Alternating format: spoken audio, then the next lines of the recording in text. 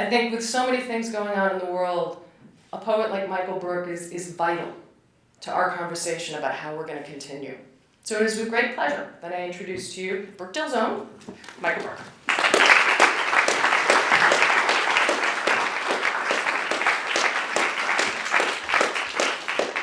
Thank you. I wish I could bottle that and take that intro with me.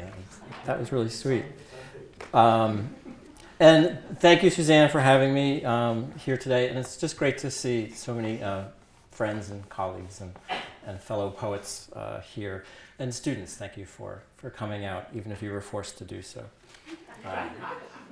As Suzanne mentioned, Refugees is composed in 3 different sections, and I want to read from the first section and the last section today.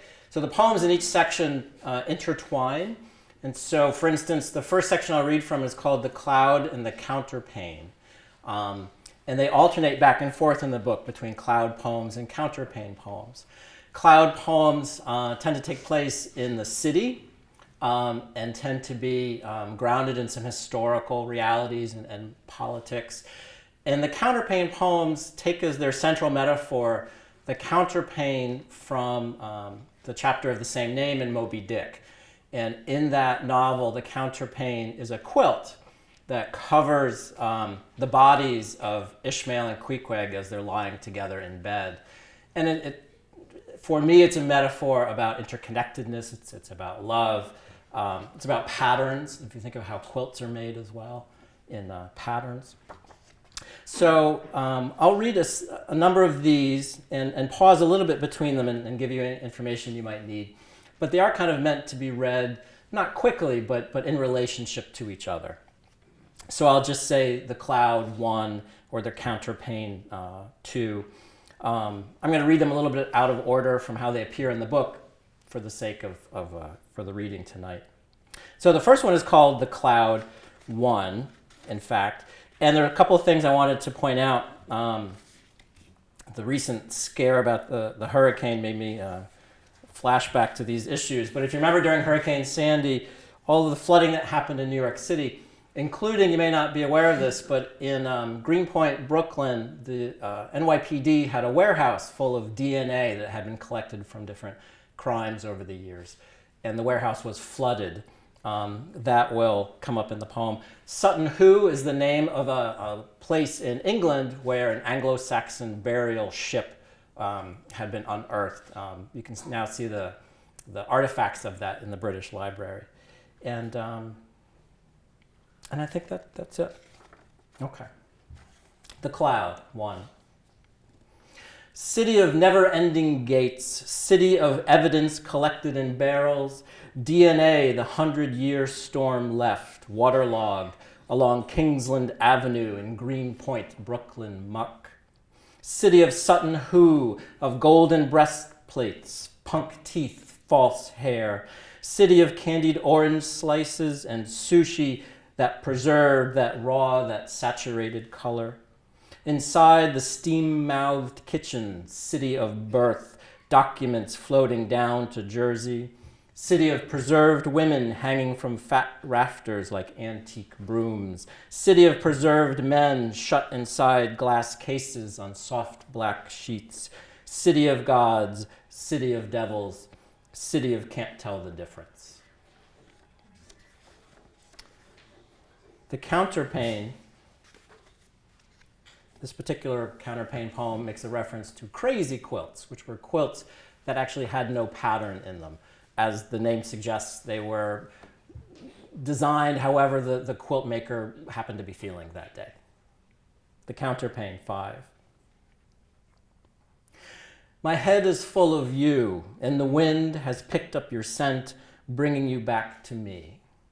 My head aches from feeling, and the lights along the sidewalk grow yellow with their simple being in the face of all their glassy eyes have seen.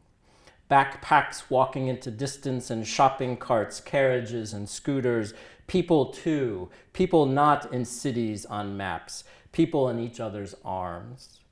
Along the blue-black walkway beside benches crying with sweat, are her and him and dogs tethered to their masters, sometimes many in the hands of one, walking with his head down. In my brain today is hurt I had not known, I wanted and wouldn't give up. I had finished the quilt, so I went down and sat by the smellless river, just a frosted gray strip of moon laid down between cities that see each other across the river but do not touch. These unplanned quilts are called crazy, patches pieced with no pattern, random except for intent. The city on the other side of the river looks like the city on this side of the river, except I looked and someone looked back. The poems are composed in this way because I was trying to weave together many different issues, histories, times, the personal and the universal. This poem, The Cloud 2, includes reference to what is called the Arecibo message, which was a radio signal sent out into space that the purpose of which was to try to communicate with extraterrestrials. It included the DNA, in binary form of human beings. So if anyone read it, they could see what we were like. And there was at one point a signal that was heard back one time. And you'll hear, it's a series of numbers and letters. And the scientist who received this message sitting at the telescope just circled it and wrote "wow" next to it. And so it became known as the "wow" message. And it's never been heard again. The Cloud 2. Well, there were people, not on any maps, but in cities on the maps, in statisticians' shop drawers, shedding citizens' data onto squared tile floors, and in the servers ever spooling numbers, circumnavigating solar systems since numbers were light and seemingly infinite space. And on Tuesday at 5 p.m., the Milky Way is finite, while at 5:01 there is more. Encore deux. In bodega storage closets and police precinct bathrooms where there loom broomstick endings, fractions, systolic, diastolic. In private club parlors where countries meet histories written under invaders' thumbs, and numbers men gobble trays, tables where eyes are multipliers, cities, fissures, fissions, fractures. The ethics of loving are complex, if we can call this loving at all.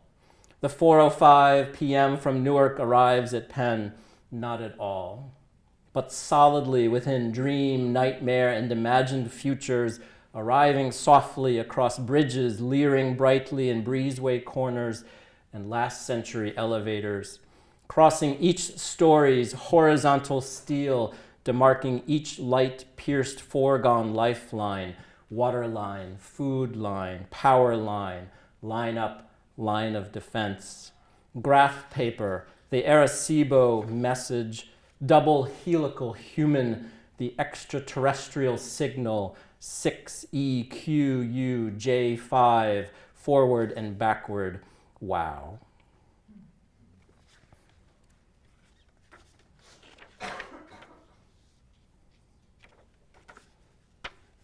The Counterpane 2. The pattern is here. The shop is mine.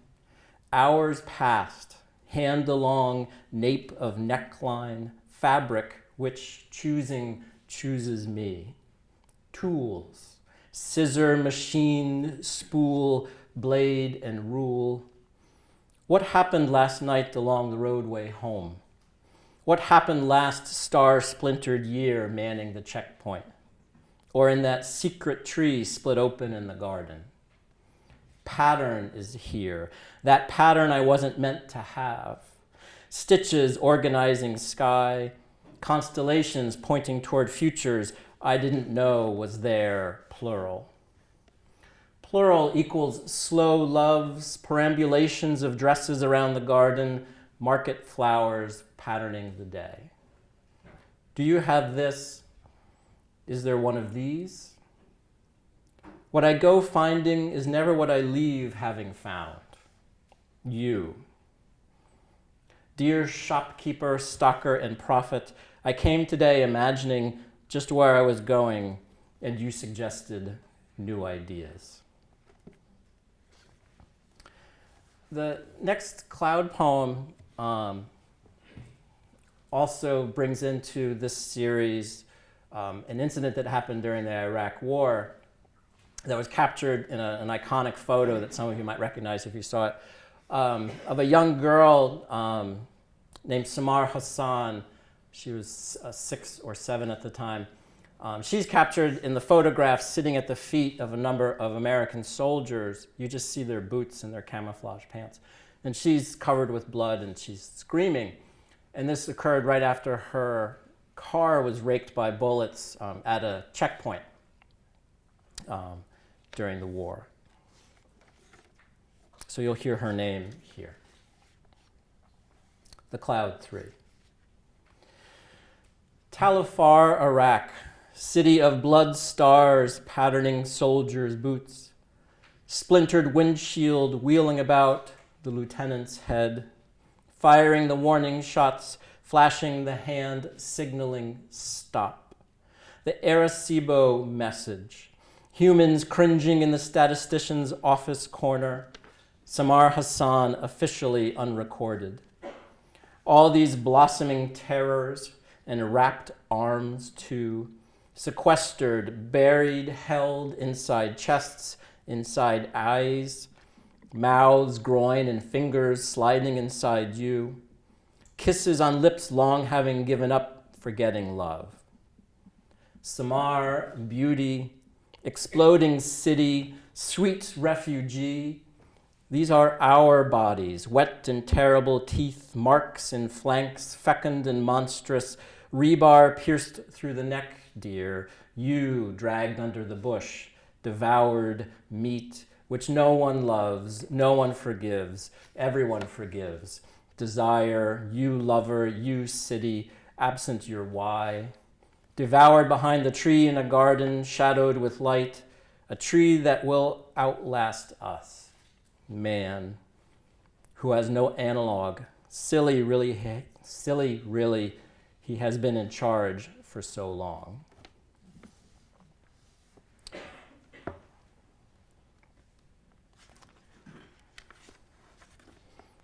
The Counterpane 6.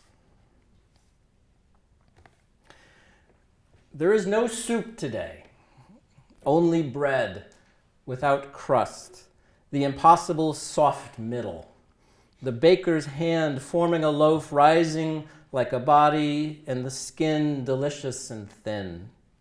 So much Adam's apple biting there. We could live on such violations for centuries. What did it mean to snip the tenuous threads of decorum, doing what we are told? For how long? Really? One day there is no soup, the next no bread, your slim neck in my hands, the rising, the falling, the split second between. That's the revolution.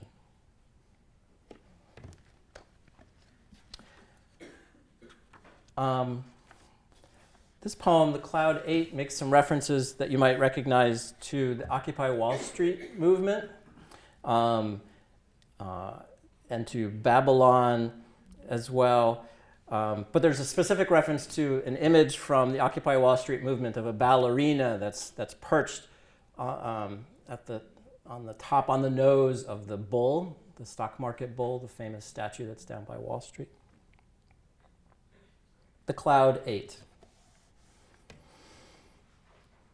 A topography of city reveals monuments to Babylon ticking through the pavement. Glass, levers, slaves sleeping upright in dim corners, and tunnels sniffed by rats stealing gold. Pharaoh, mayor, architect, embalmer, saint. Atop the thwarting bull, Wall Street, a ballerina en pointe. A bronze man reading literature dumped from the free library.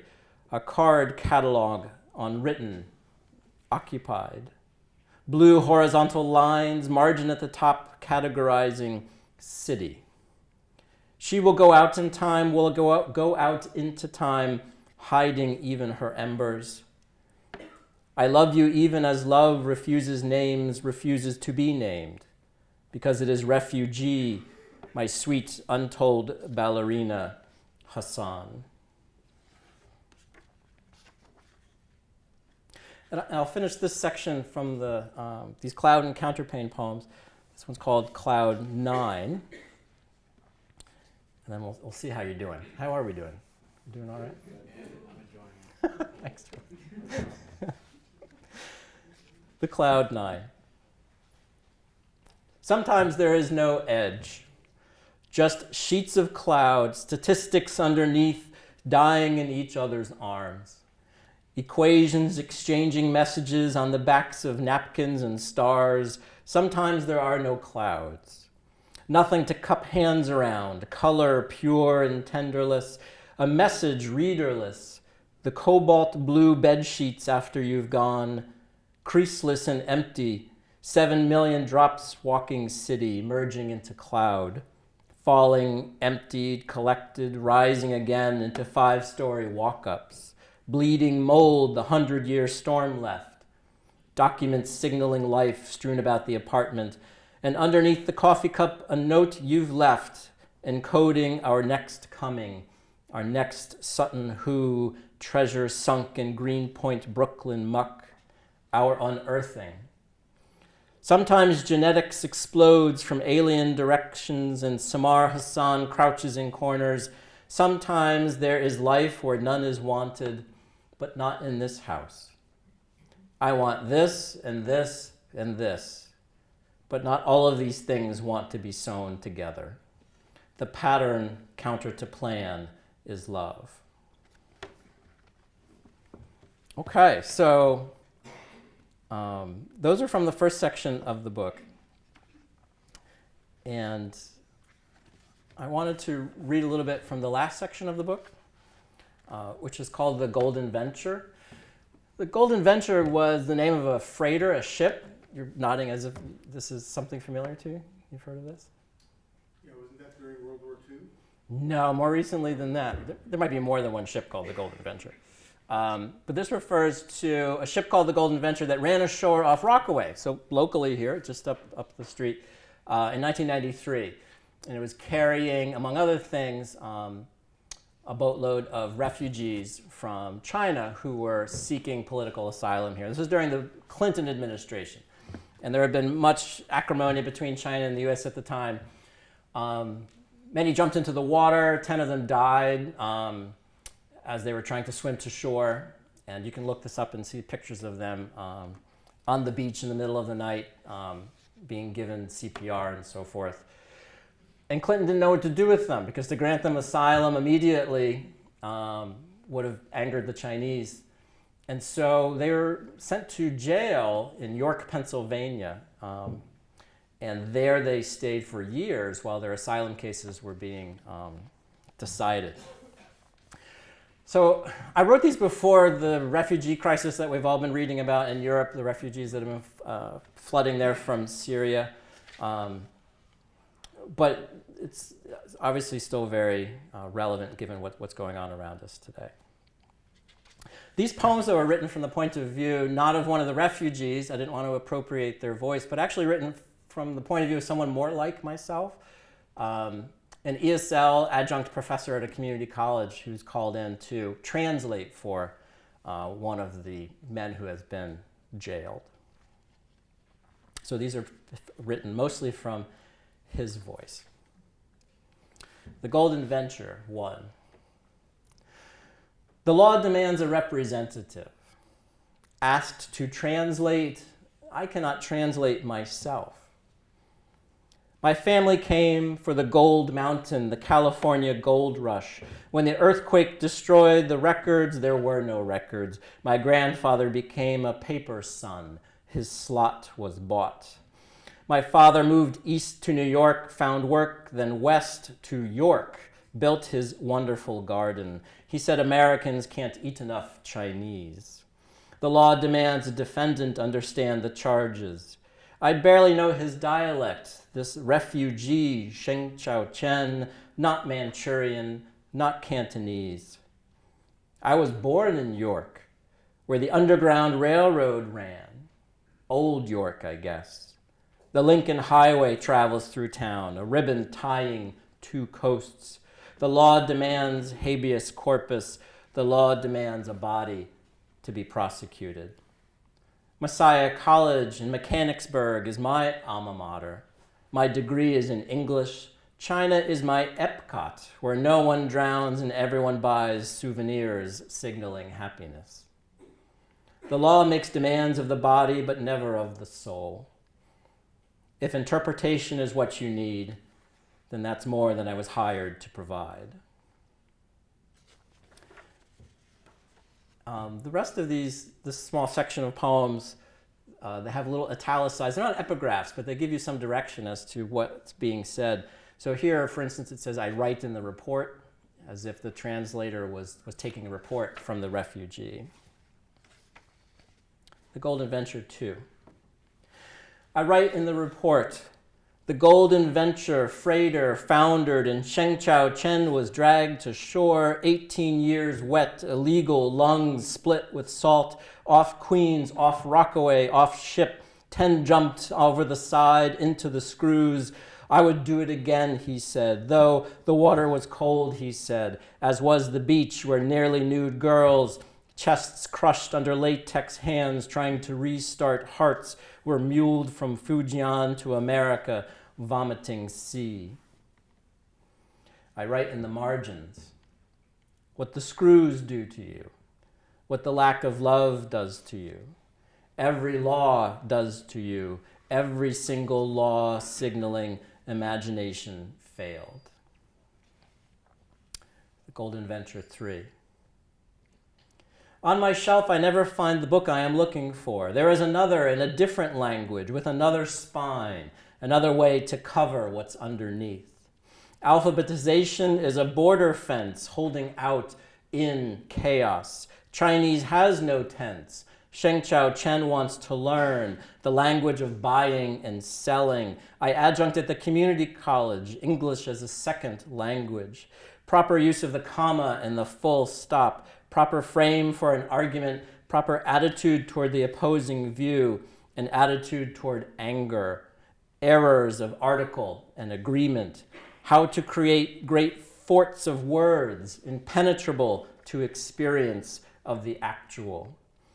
I choose a dictionary in the Pilgrim's Progress.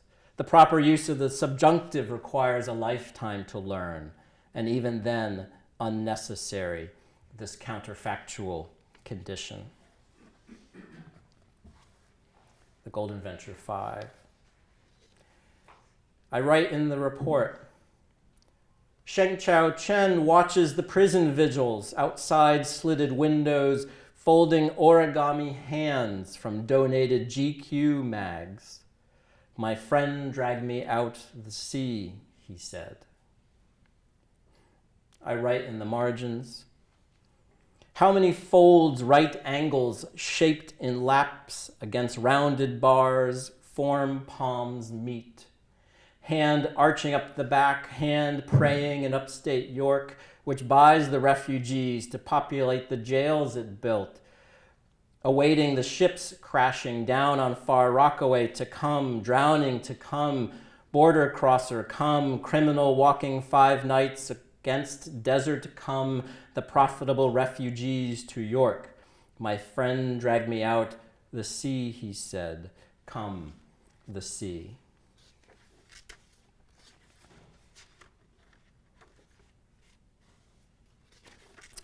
The Golden Venture 7.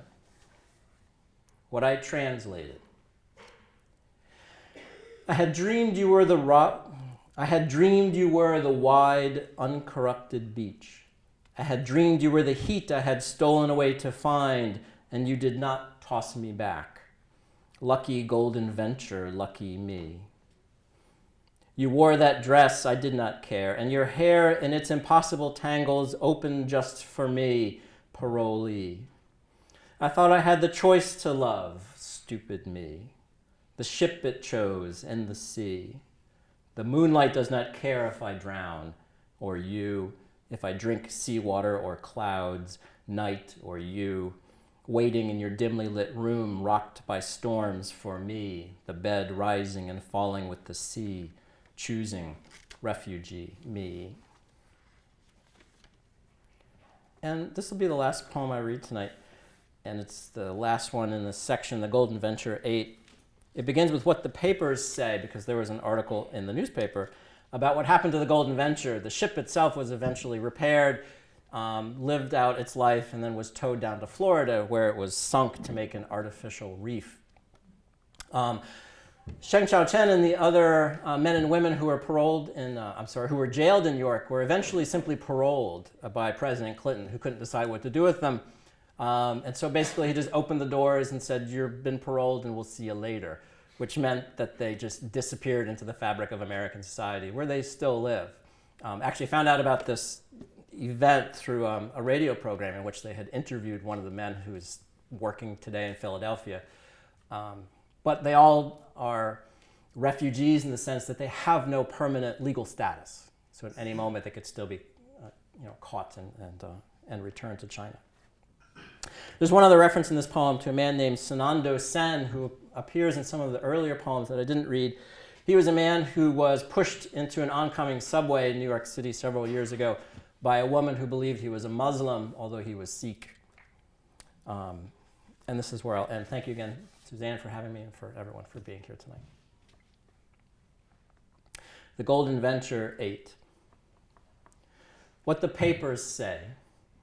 Death of the freighter Golden Venture, towed down off Boca Raton, mouth of stones, mouth of ship's bones, rats caught in the trap.